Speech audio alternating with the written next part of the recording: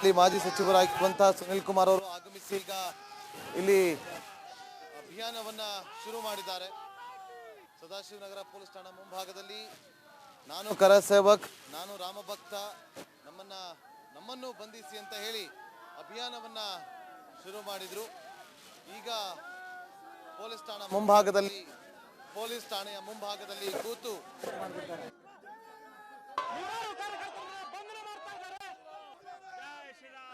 Case ಕಿಚ್ಚು ಜಾಸ್ತಿ ಆಗ್ತಾ ಇರುವಂತದ್ದು. ಸದಾಶಿವನಗರ ಪೊಲೀಸ್ ಠಾಣೆಗೆ ಈಗ ಮುತ್ತಿಗೆಯ ಎಚ್ಚರಿಕೆಯನ್ನ ಕೂಡ ನೀಡಿದ್ದಾರೆ.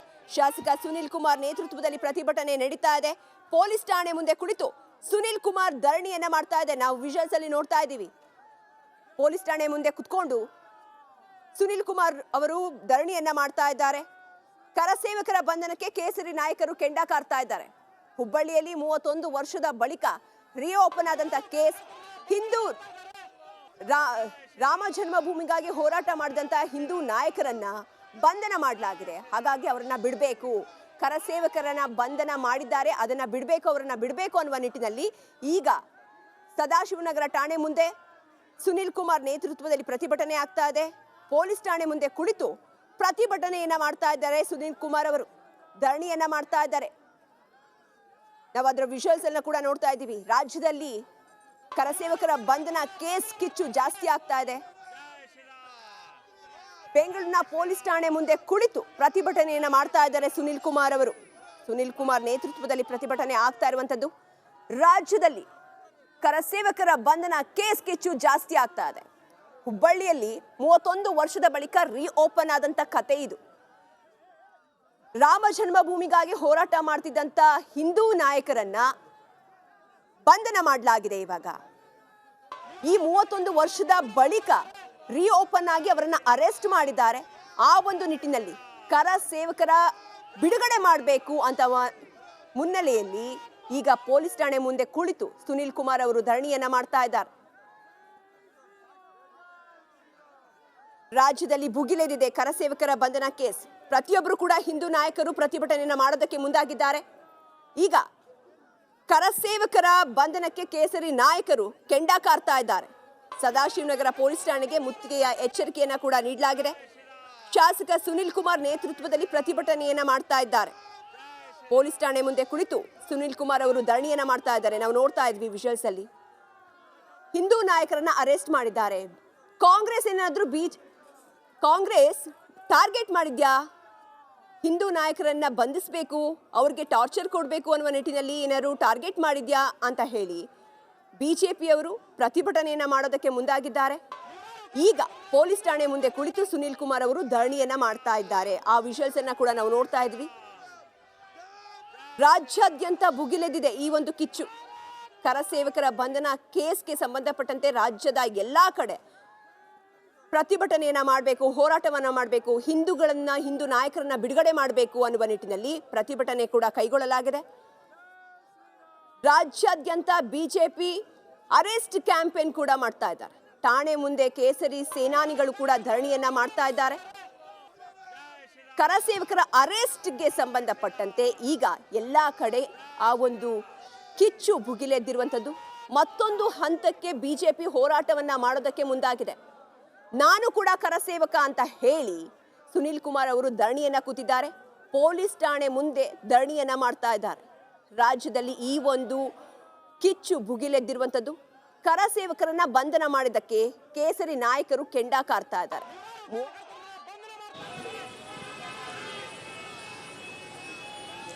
ಸದಾಶಿವನಗರ ಪೊಲೀಸ್ ಠಾಣಾ ಮುಂಭಾಗದಲ್ಲಿ ಈಗ ಮಾಜಿ ಸಚಿವರಾಗಿರುವಂತಹ ಸುನಿಲ್ ಕುಮಾರ್ ಅವರು ಆಗಮಿಸಿ ಇಲ್ಲಿ ಅಭಿಯಾನವನ್ನ ಶುರು ಮಾಡೋದನ್ನು ನಾವಿಲ್ಲಿ ಗಮನಿಸಬಹುದು. ಶಾಸಕರಾಗಿರುವಂತಹ ಕುಡಚಿ ಕ್ಷೇತ್ರದ ಶಾಸಕರಾಗಿರುವಂತಹ ಪಿ ರಾಜೀವ್ ಅವರು ಕೂಡ ಇದ್ದಾರೆ. ಮತ್ತೊಂದು ಕಡೆ ಪೊಲೀಸರು ಹೆಚ್ಚಿನ ಸಂಖ್ಯೆಯಲ್ಲಿ ನಿಯೋಜನೆ ಕೂಡ ಮಾಡಿಕೊಂಡಿರುವಂಥ ದೃಶ್ಯವನ್ನು ಇಲ್ಲಿ ನಾವು ಗಮನಿಸ್ತಾ ಇದ್ದೀವಿ. ಕಳೆದ 5 ನಿಮಿಷಗಳಿಂದ ಇಲ್ಲಿ ಬಂದು ಮೌನವಾಗಿ ಕುಳಿತುಕೊಂಡಿದ್ದಾರೆ ಸುನಿಲ್ ಕುಮಾರ್ ಅವರು. ಶಾಸಕರು ನೋಡಿ, ಅವರು ಒಂದಷ್ಟು ಬೋರ್ಡನ್ನು ಕೂಡ ಹಿಡಿದುಕೊಂಡಿದ್ದಾರೆ. ನಾನು ಕ್ರಿಸ್ತಶಕ 1992 ಡಿಸೆಂಬರ್ 6ರ ಅಯೋಧ್ಯೆ ಶ್ರೀರಾಮ ಮಂದಿರದ ಕರಸೇವಕ, ನನ್ನನ್ನು ಬಂಧಿಸಿ ಅಂತ ಹೇಳಿ ಒಂದು ಪ್ಲಕಾರ್ಡನ್ನು ಹಿಡಿದುಕೊಂಡು ನನ್ನನ್ನು ಕೂಡ ಬಂಧಿಸಿ ಅಂತ ಹೇಳಿ ಅವರು ಪೊಲೀಸ್ ಠಾಣೆ ಮುಂದೆಗಡೆ ಬಂದು ಇಲ್ಲಿ ಕೂತಿರುವಂಥ ದೃಶ್ಯವನ್ನು ಇಲ್ಲಿ ನಾವು ಗಮನಿಸ್ತಾ ಇದ್ದೀವಿ. ಮತ್ತೊಂದು ಕಡೆ BJP ನಾಯಕರು ಕೂಡ ಇಲ್ಲಿದ್ದಾರೆ. ಶಾಸಕರಾಗಿರುವಂಥ ಪಿ ರಾಜೀವ್ ಅವರು ಕೂಡ ಇಲ್ಲೇ ಇರೋದನ್ನು ನಾವು ಗಮನಿಸ್ಬೋದು. ಮತ್ತೊಂದು ಕಡೆ ಪೊಲೀಸರು ಕೂಡ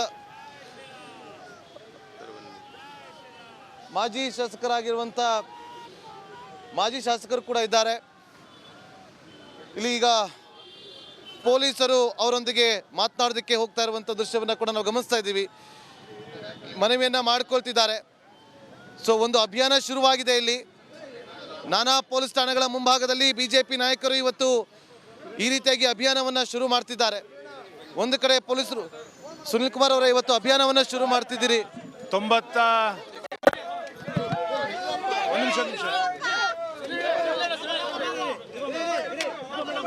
ಇರಿ ಆರಾಮ್ ಮಾಡಿ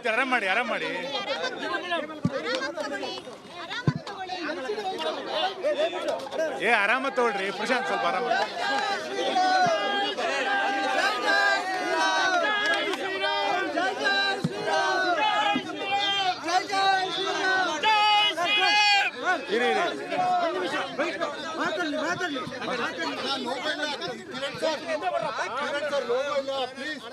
ಕರ್ನಾಟಕದ ಸಿದ್ದರಾಮಯ್ಯ ನೇತೃತ್ವದ ಕಾಂಗ್ರೆಸ್ ಸರ್ಕಾರ ರಾಮ ವಿರೋಧಿ ಸರ್ಕಾರ, ಇದೊಂದು ಹಿಂದೂ ವಿರೋಧಿ ಸರ್ಕಾರ. ರಾಮ ಭಕ್ತರನ್ನ, ಕರಸೇವಕರನ್ನ ಬಂಧನ ಮಾಡೋದ್ರ ಮುಖಾಂತರ ಹಿಂದೂಗಳನ್ನ ಬೆದರಿಸುವಂತ ಕಾರ್ಯತಂತ್ರವನ್ನ ಸರ್ಕಾರ ಮಾಡ್ತಾ ಇದೆ. 1992 ಡಿಸೆಂಬರ್ 6ನೇ ತಾರೀಕು ನಡೆದಂತ ಅಯೋಧ್ಯೆಯ ಕಾರ್ಯಸೇವೆನಲ್ಲಿ ನಾನು ಮತ್ತು CT ರವಿಯವರು ಒಟ್ಟಾಗಿ ಭಾಗವಹಿಸಿದ್ವಿ. ಚಿಕ್ಕಮಗಳೂರಿನ ಆಲ್ದೂರು ಗ್ರಾಮದಿಂದ ಕಾರ್ಯಕರ್ತರಾಗಿ ನಾನು ಆ ಕಾರ್ಯಸೇವೆಯಲ್ಲಿ ಭಾಗವಹಿಸಿದ್ದೆ. ರೈಲಿನಲ್ಲಿ ಪ್ರಯಾಣ ಮಾಡಿದ್ದೆ. ಸರಿಯೂ ನದಿಯಿಂದ ನಮಗೇನು ಸೂಚನೆ ಇತ್ತು ಆ ಸೂಚನೆಯ ಪ್ರಕಾರ ಕಾರ್ಯಸೇವೆಯಲ್ಲಿ ಡಿಸೆಂಬರ್ 6ನೇ ತಾರೀಕು ನಾನು ಭಾಗವಹಿಸಿದಂಥ ರೋಮಾಂಚನಕಾರಿಯಾದಂಥ ನೆನಪುಗಳು ನನಗೆ ಇವತ್ತಿಗೂ ಕೂಡ ಇದೆ. ರಾಮ ಮಂದಿರ ಭವ್ಯವಾಗಿ ನಿರ್ಮಾಣ ಆಗ್ತಾ ಇರುವಂಥ ಈ ಸಂದರ್ಭದಲ್ಲಿ ಸರ್ಕಾರ ರಾಮ ಭಕ್ತರನ್ನು ಹತ್ತಿಕ್ಕುವಂಥ ಪ್ರಯತ್ನವನ್ನ ಮಾಡ್ತಾ ಇದೆ. ಯಾವುದೇ ಕಾರಣಕ್ಕೂ ಈಗ ಪೊಲೀಸರು ಅವರನ್ನ ವಶಕ್ಕೆ ಪಡೆದುಕೊಳ್ಳುವಂತ ಕೆಲಸವನ್ನ ಮಾಡ್ತಿದ್ದಾರೆ. ದೃಶ್ಯಾವಳಿಯಲ್ಲಿ ಕೂಡ ಗಮನಿಸ್ತಾ ಇದ್ದೀವಿ. ಅವರನ್ನ ಬಂಧಿಸುವಂತ ಕೆಲಸವನ್ನ ಮಾಡ್ತಿದ್ದಾರೆ. ಪ್ರಮುಖವಾಗಿ ಸುನಿಲ್ ಕುಮಾರ್ ಅವರು ಪೊಲೀಸ್ ಠಾಣಾ ಮುಂಭಾಗದಲ್ಲಿ ಅಭಿಯಾನವನ್ನ ಶುರು ಮಾಡೋದಕ್ಕೆ ಬಂದಿದ್ರು. ತಕ್ಷಣ ಪೊಲೀಸರು ಅವರನ್ನ ವಶಕ್ಕೆ ಪಡೆದುಕೊಳ್ಳುವಂತ ಕೆಲಸವನ್ನ ಮಾಡ್ತಿದ್ದಾರೆ. ದೃಶ್ಯಾವಳಿಯಲ್ಲಿ ಕೂಡ ಗಮನಿಸ್ತಾ ಇದ್ದೀವಿ ಯಾವ ರೀತಿಯಾಗಿ ಇಲ್ಲಿ ಬಂಧನ ಆಗ್ತಾ ಇದೆ ಅನ್ನುವ. ಪೊಲೀಸರು ಅವರನ್ನ ವಶಕ್ಕೆ ಪಡೆದುಕೊಳ್ತಿದ್ದಾರೆ.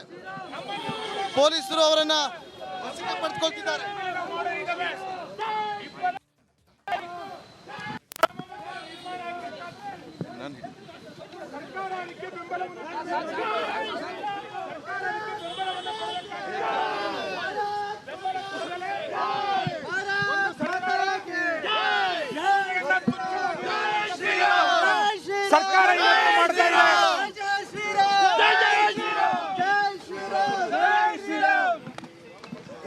ಪೊಲೀಸರು ಈಗ ಸುನಿಲ್ ಕುಮಾರ್ ಅವರನ್ನ ಪೊಲೀಸ್ ಜೀಪ್ನಲ್ಲಿ ಕೂರಿಸ್ತಾ ಇರುವಂತ ದೃಶ್ಯವನ್ನು ನಾವಿಲ್ಲಿ ಗಮನಿಸ್ತಾ ಇದ್ದೀವಿ. ಎಲ್ಲರೂ ಕೂಡ ಜೈ ಶ್ರೀರಾಮ್ ಅಂತ ಹೇಳಿ ಅವರು ಘೋಷಣೆಯನ್ನ ಕೂಡ ಕೂಗ್ತಿದ್ದಾರೆ.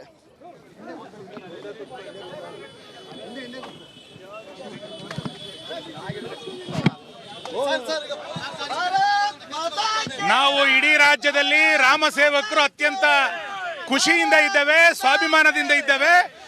ಅವತ್ತಿನ ಸರ್ಕಾರವು ಕೂಡ ರಾಮ ಭಕ್ತರ ಬಗ್ಗೆ ಇದೇ ನಿಲುವನ್ನು ತೆಗೆದುಕೊಂಡಿತ್ತು. ಲಾಠಿ ಚಾರ್ಜ್ ಅನ್ನು ಮಾಡಿದ್ರು, ಗೋಲಿಬಾರನ್ನು ಮಾಡಿದ್ರು. ಅದೇ ಮನಸ್ಥಿತಿಯ ಸರ್ಕಾರ ಇವತ್ತು ಕರ್ನಾಟಕದಲ್ಲಿದೆ.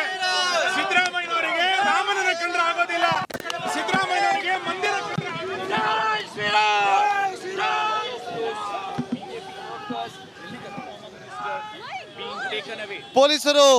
ಪೊಲೀಸರು ಈಗ ಸುನಿಲ್ ಕುಮಾರ್ ಹಾಗೂ ಕೆಲ BJP ನಾಯಕರನ್ನ ವಶಕ್ಕೆ ಪಡೆದುಕೊಂಡು ಜೀಪಿನಲ್ಲಿ ಕರ್ಕೊಂಡು ಹೋಗ್ತಾ ಇರುವಂಥ ಕೆಲಸಗಳಾಗ್ತಾ ಇದೆ.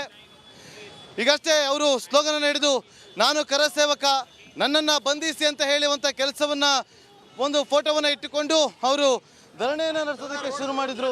ಈಗ ಅವರನ್ನ ಅಲ್ಲಿ ಪೊಲೀಸರು ವಶಕ್ಕೆ ಪಡೆದುಕೊಳ್ಳುವಂಥ ಕೆಲಸವನ್ನ ಮಾಡಿದ್ರು. ಈಗ ಅವರನ್ನ ಜೀಪ್ನಲ್ಲಿ ಕೂರಿಸ್ಕೊಂಡು ಕರ್ಕೊಂಡು ಹೋಗುವಂಥ ಕೆಲಸವನ್ನ ಮಾಡಿದ್ದಾರೆ. ಅಂದರೆ ಎಲ್ಲೆಲ್ಲಿ ಅವರು ಪೊಲೀಸ್ ಠಾಣೆಗಳ ಮುಂದೆ ತೆರಳಿ ತಮ್ಮನ್ನು ಕೂಡ ಬಂಧಿಸಿ ಅಂತ ಹೇಳಿ ಒಂದಷ್ಟು ಬಂಧಿಸಿ ಅಂತೇಳಿ ಅವರು ಪ್ಲಕಾರ್ಡ್ಗಳನ್ನು ಹಿಡಿದುಕೊಂಡು ಅಭಿಯಾನವನ್ನು ಶುರು ಮಾಡಿದರು. ಈಗ ಆ ಅಭಿಯಾನದ ವಿಚಾರವಾಗಿ ಪೊಲೀಸರು ಅವರನ್ನು ವಶಕ್ಕೆ ಪಡೆದುಕೊಳ್ಳುವಂಥ ಕೆಲಸವನ್ನು ಮಾಡಿದ್ದಾರೆ. ನಾನಾ ಭಾಗದಲ್ಲಿ ಇವತ್ತು ಕೂಡ ಪೊಲೀಸ್ ಠಾಣೆಗಳಲ್ಲಿ ಅವರನ್ನು ವಶಕ್ಕೆ ಪಡೆದುಕೊಳ್ಳುವಂಥ ಕೆಲಸಗಳು ಆಗ್ತಾ ಇದೆ. ಒಂದು ಕಡೆ ಇಡೀ ಒಂದು ಸುತ್ತಿನ ಪ್ರತಿಭಟನೆಯನ್ನು ಇಡೀ ದಿನ ಪ್ರತಿಭಟನೆಯನ್ನು ನಡೆಸಿದಂತಹ BJP ನಾಯಕರು ಇವತ್ತು ಅಭಿಯಾನವನ್ನು ಮಾಡೋದಕ್ಕೆ ಮುಂದಾಗಿದ್ದರು. ಈಗ ಪೊಲೀಸರು ಅವರನ್ನು ವಶಕ್ಕೆ ಪಡೆದುಕೊಂಡು ಕರ್ಕೊಂಡು ಹೋಗಿದ್ದಾರೆ. ಸುನಿಲ್ ಕುಮಾರ್, ಶಾಸಕರು, P. ರಾಜೀವ್ ಸೇರಿದಂತೆ ಅನೇಕ BJP ನಾಯಕರು ಆಗಮಿಸಿದರು. ಸುಮಾರು 5 ರಿಂದ 8 ನಿಮಿಷಗಳ ಕಾಲ ಪೊಲೀಸ್ ಠಾಣೆ ಮುಂಭಾಗದಲ್ಲಿ ಒಂದು ಪ್ಲಕಾರ್ಡನ್ನು ಹಿಡಿದುಕೊಂಡು ನಾನು ಕಾರ ಸೇವಕಲ್ಲಿ ಕಾರ ಸೇವೆಯಲ್ಲಿ ನಾನು ಕೂಡ ಭಾಗಿಯಾಗಿದ್ದೆ, ನನ್ನನ್ನು ಕೂಡ ಬಂಧಿಸಿ ಅಂತ ಹೇಳಿ ಅವರು ಒಂದು ಬೋರ್ಡನ್ನು ಹಿಡಿದುಕೊಂಡು ಪೊಲೀಸ್ ಠಾಣೆಯ ಮುಂಭಾಗದಲ್ಲಿ ಅಭಿಯಾನವನ್ನು ಶುರು ಮಾಡಿದರು. ನೋಡಿ, ಅಭಿಯಾನವನ್ನು ಶುರು ಮಾಡಿದಂಥ ಬೆನ್ನಲ್ಲೇ ಅವರನ್ನು ವಶಕ್ಕೆ ಪಡೆದುಕೊಳ್ಳುವಂಥ ಕೆಲಸವನ್ನು ಮಾಡಲಾಗುತ್ತೆ. ತಕ್ಷಣ ಅಲ್ಲಿ ಅಲರ್ಟ್ ಆಗುವಂಥ ಪೊಲೀಸರು ಅವರನ್ನು ಜೀಪ್ನಲ್ಲಿ ಕೂರಿಸ್ಕೊಂಡು, ಅಂದರೆ ಅವರು ಮೌನವಾಗಿ ಕೂತಿರ್ತಾರೆ, ನನ್ನನ್ನು ಕೂಡ ಬಂಧಿಸಿ ಅಂತ ಹೇಳಿ ಒಂದು ಬೋರ್ಡನ್ನು ಹಿಡಿದುಕೊಂಡು ಕೂತಿರ್ತಾರೆ. ಆ ಸಂದರ್ಭದಲ್ಲಿ ಅವರನ್ನು ತಕ್ಷಣಕ್ಕೆ ಸಬ್ ಇನ್ಸ್ಪೆಕ್ಟರ್ ಹಾಗೂ ಪೊಲೀಸ್ ಅಧಿಕಾರಿಗಳು ಬಂದು ಅವರನ್ನು ಕೂತಿದ್ದವರನ್ನು ಕರೆದುಕೊಂಡು ಹೋಗುವಂಥ ಕೆಲಸ, ಅಂದರೆ ಜೀಪ್ನಲ್ಲಿ ಕೂರಿಸ್ಕೊಂಡು ಅವರನ್ನು ಕರೆದುಕೊಂಡು ಹೋಗಿದ್ದಾರೆ. ಸುನಿಲ್ ಕುಮಾರ್ ಹಾಗೂ P. ರಾಜೀವ್ ಅವರನ್ನು ಕೂಡ ಪೊಲೀಸರು ವಶಕ್ಕೆ ಪಡೆದುಕೊಳ್ತಾರೆ. ಇಂಥ ಒಂದು ಬೆಳವಣಿಗೆಗಳಾಗ್ತಾ ಇದೆ ಇವತ್ತು. ಸೊ ಒಂದು ಕಡೆ BJPಯವರು ಇಡೀ ರಾಜ್ಯಾದ್ಯಂತ ನಾನಾ ಪೊಲೀಸ್ ಠಾಣೆಗಳ ಮುಂಭಾಗಕ್ಕೆ ತೆರಳಿ ಅಲ್ಲಿ ಪೊಲೀಸ್ ಠಾಣೆಗಳ ಮುಂಭಾಗದಲ್ಲಿ ಅಭಿಯಾನವನ್ನು ಶುರು ಮಾಡ್ತಿದ್ದಾರೆ. ಮತ್ತಷ್ಟು ಮಾಹಿತಿಗಳನ್ನು ನಿಮ್ಮ ಮುಂದೆ ಇಡ್ತಾ ಹೋಗ್ತೀವಿ ಬ್ರೇಕ್ ಆದಮೇಲೆ.